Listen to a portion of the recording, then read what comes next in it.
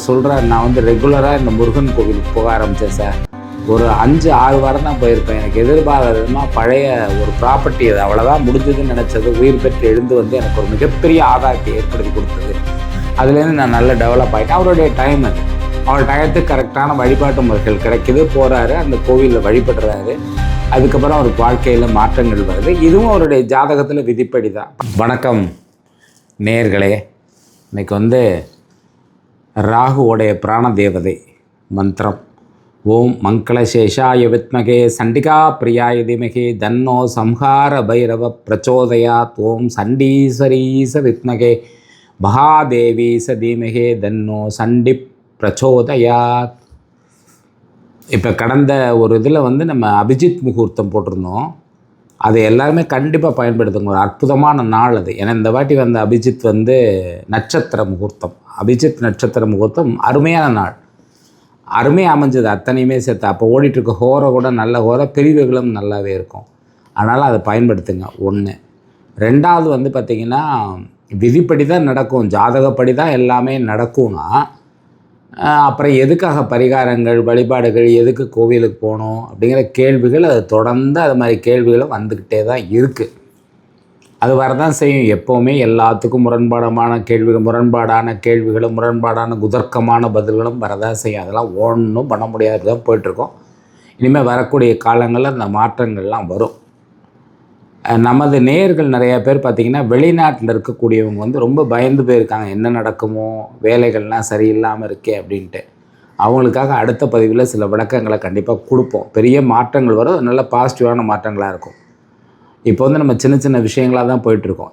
இந்த விதிப்படி தான் நடக்கும்னா ஏன் பரிகாரங்கள்? இப்போ உங்களுக்கு கை வலிக்குது, கால் வலிக்குது, இல்லை ஏதோ ஹெல்த் இஷ்யூஸ் இருக்குது, இன்னொரு லிவரில் ப்ராப்ளம் இருக்கலாம், இல்லை சிறுநீரகத்தில் கிட்னியில் ப்ராப்ளம் இருக்கலாம், இல்லை யூட்ரஸில் ப்ராப்ளம் இருக்கலாம், இல்லைன்னா வந்து ஓவரியில் ஏதாவது பிரச்சனை இருக்கலாம், ஹார்ட்டில், லங்ஸில். இப்போ அதுக்கே வைத்தியம் பார்க்கணும். அது விதிப்படி நடக்கட்டும்னு விட்டுட்டு இருக்கலாம்ல. நம்ம வைத்தியம் பார்க்குறோம். பாருங்கள், உங்கள் ஜாதகத்தில் இந்த பீரியடில் நோய் வரலாம். அப்போ வந்து இதுக்கு வந்து இந்த மாதிரி நீங்கள் வைத்தியம் பார்த்து இத்தனை 6 மாதம் 8 மாதத்தில் சரி பண்ணிக்கிங்கிற அமைப்பு இருக்கும். அப்போ உங்களுக்கு ஒரு சரியான டாக்டர் கிடைப்பார், நீங்கள் போய் மருத்துவம் பார்ப்பீங்க. ஒருத்தருக்கு எப்படி இருக்குன்னா, என்ன பண்ணாலும் சரியாக வராமல் ஒரு 2 வருஷம் அந்த நோயோட தாக்கம் இருக்குன்னு இருக்கும். அவர் நிறையா டாக்டரை மாற்றி போகிறதுக்கு ஒரு சரியான டாக்டரே கிடைக்காது.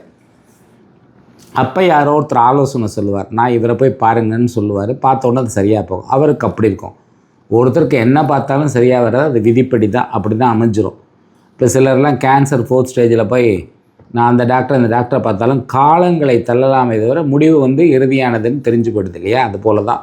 ஸோ அந்த அமைப்பு இருக்கும்போது தான் இந்த மாதிரி வாய்ப்புகள் கிடைக்குது. நீங்கள் வைத்தியம் பார்க்குறீங்க, சரி பண்ணிக்கிறீங்க, எல்லாமே வந்து பண்ண வந்து முடியும். இப்போ வர வர வந்து மெடிக்கல் ஃபெசிலிட்டிஸ் கூடிகிட்டு இருக்கு. ஒரு காலத்தில் இந்த அற்புதமான விஷயங்கள், மறைக்கப்பட்ட விஷயங்கள் இப்போ புதுசாக கண்டுபிடிக்கப்பட்டு வந்துக்கிட்டு இருக்குதா. நான் கூட நடுவில் வந்து சொன்னேன், அந்த ஐவிஎஃப் பற்றி பேசும்போது சொன்னேன். ஸோ நடைமுறையில் வந்து பார்க்கும்பொழுது பார்த்திங்கன்னா, சொல்கிறேன். நான் வந்து ரெகுலராக இந்த முருகன் கோவிலுக்கு போக ஆரம்பித்தேன் சார். ஒரு 5-6 வாரம் தான் போயிருப்பேன். எனக்கு எதிர்பாராதமாக பழைய ஒரு ப்ராப்பர்ட்டி, அது அவ்வளோதான் முடிஞ்சதுன்னு நினச்சது உயிர் பெற்று எழுந்து வந்து எனக்கு ஒரு மிகப்பெரிய ஆதாயத்தை ஏற்படுத்தி கொடுத்தது. அதுலேருந்து நான் நல்லா டெவலப் ஆகிட்டேன். அவருடைய டைம் அது, அவர் டயத்துக்கு கரெக்டான வழிபாட்டு முறைகள் கிடைக்கிது, போகிறாரு, அந்த கோவிலில் வழிபடுறாரு. அதுக்கப்புறம் அவருக்கு வாழ்க்கையில் மாற்றங்கள் வருது. இதுவும் அவருடைய ஜாதகத்தில் விதிப்படி தான். பார்த்திங்கன்னா, ஒரு குரு தசையில் படாத பாடு பட்டுட்ருப்பாங்க, ரொம்ப கஷ்டப்பட்டுருவாங்க. குருதசையில் வந்து அவங்க வந்து இப்படியே சொல்லிடலாம், டைரெக்டாக பிச்சை எடுக்காத குறை அப்படின்னு இருப்பாங்க. ஆனால் வந்து சனி தசை அவங்களுக்கு மிகப்பெரிய யோகத்தை செஞ்சிடும். பார்த்திங்கன்னா, ஒரு 6ஆம் இடத்துல நல்ல நட்சத்திரத்தில் சனி ஏறி இருக்கும். நல்ல நட்சத்திரத்தில் ஏறும்போது ஆட்டோமேட்டிக்காக நவாம்சத்தில் நல்ல இடத்துல இருக்கும், அதோடைய பலன்கள் கூடி இருக்கும். அப்போ வந்து பார்த்திங்கன்னா, அது மிக அற்புதமான பலன்களை செய்து மிகப்பெரிய ஏற்றத்தை கொடுத்துரும். மாற்றமே இல்லை. நீங்கள் வந்து பொதுவாக ஜோதிடத்தை பொறுத்தவரையிலும் நிறையா பேர் என்ன பண்ணாங்க, அந்த புஸ்தகத்தில் போட்டிருக்கு, அந்த நூலில் போட்டிருக்கு, புலிப்பாணியில் இருக்குது, ஜாதக சுந்தரசேகரத்தில் இருக்குது, பராசரர் இப்படி சொல்லியிருக்காரு, இப்படின்னு கருத்துக்களை வச்சுக்கிட்டு இதுதான் ஜோதிடம்னு முடிவு பண்ணிடுறாங்க. அப்போ அவங்க நடைமுறையில் பலன்னு பார்க்கும்போது சரியாக வரலைங்கும் போது, தனக்கு சரியாக வரல, தன்னால் சரியாக சொல்ல முடியலைங்கிறத விட்டுட்டு சொல்கிறவங்க வந்து இப்படி சொல்கிறாங்க, அப்படி சொல்கிறாங்கன்னு விமர்சனங்களெல்லாம் பண்ணிகிட்ருக்காங்க. நிறைய பேர் சொல்ல கேள்விப்பட்டேன். இந்த ஃபீல்டில் உள்ளவங்களே சிலர்லாம் என்கிட்ட சொன்னாங்க, இந்த மாதிரிலாம் சொல்கிறாங்க அப்படின்ட்டு. இது வந்து பொதுவாக பார்த்தீங்கன்னா எல்லாத்துக்கும் ஒரு இது இருக்குங்க. மெடிக்கல் ஃபீல்டே எடுத்துக்கங்க. ஒரு மாத்திரை வந்து ஒருத்தருக்கு கேட்கும், ஒருத்தருக்கு கேட்காது. ஒருத்தருக்கு சீக்கிரம் கேட்கும், ஒருத்தருக்கு 20 நாளில் கேட்கும், ஒருத்தருக்கு 30 நாளில் கேட்கும், ஒருத்தர் 1 வருஷத்தில் கேட்கும். அந்த மாதிரி இருக்கும். ஸோ அதுபோல் இது அது கூட ஒரு லிமிட்டுக்குள்ளே தான் இருக்குது. இதுக்கு லிமிட்டே கிடையாது இந்த சப்ஜெக்ட்டுக்கு. ஆக்சுவலாக பார்த்தீங்கன்னா இதுக்கு வந்து யாருமே இதுக்கு வந்து வரையறை வந்து சொல்ல முடியாது. நடைமுறையில் இப்போ நம்ம இன்றைக்கி ஒவ்வொரு நாளுமே புது புது அனுபவங்களை தான் பார்த்துட்ருக்கோம். ஸோ இந்த காலத்துக்கு தகுந்த மாதிரி எப்படி எல்லா விஷயங்களையும் அப்டேட் பண்ணுறோமோ அதே மாதிரி ஜோதிடத்துலேயும் அப்டேட் பண்ண வேண்டியது இருக்குது. இது வந்து சொல்லப்போனால் ஒரு வகையில் சொல்லப்போனால் இறையருள் இல்லாமல் இதை பேசவே முடியாது. முழுக்க நான் சொல்லுவேன். சிலத்தை கேட்பாங்க, எப்படி டக்குன்னு கண்டுபிடிச்சதை சொல்கிறீங்க? கிடையவே கிடையாது. முழுக்க எந்த ஆற்றலுமோ திறமையுமோ கிடையவே கிடையாது. முழுக்க இறையாற்றல் இருக்குங்கிறத முழுமையாக உணர்ந்தவங்களுக்கு தான் அது தெரியும். அதை முழுமையாக இறையர்களால் உணர்ந்திருக்கும் அந்த இறை ஆற்றல் அப்படிங்கிறது. அதனால தான் அது கண்டுபிடிக்க முடியுது. இந்த பிரச்சனையாக தான் இருக்குதுக்கு சொல்யூஷன். சரி, அப்படி எல்லா சொல்யூஷன்லேயும் ஜெயிச்சிட்றோமானா இல்லை. நீங்கள் 10 எடுத்துக்கிட்டிங்கன்னா 8 ஜெயிச்சமா மிகப்பெரிய வெற்றி. இப்போ 100க்கு 80 மார்க் வாங்கியாச்சு, பாஸ் தானே. நீங்கள் நல்ல பாஸ், சிறப்பான வெற்றி அது ஆக்சுவலாக. அதுபோல் தான் இது. சில இதெல்லாம் வந்து பண்ணவே முடியாது. அதை வந்து நம்ம ஒன்றும் பண்ண முடியாது, முயற்சி தான் பண்ணி பார்க்குறோம் ஆக்சுவலாக. ஸோ அதனால் வந்து 100க்கு 100% நான் சொல்கிறது கரெக்டு, 100க்கு 100% நான் தான் வெற்றியாளர்லாம் சொல்ல முடியாது.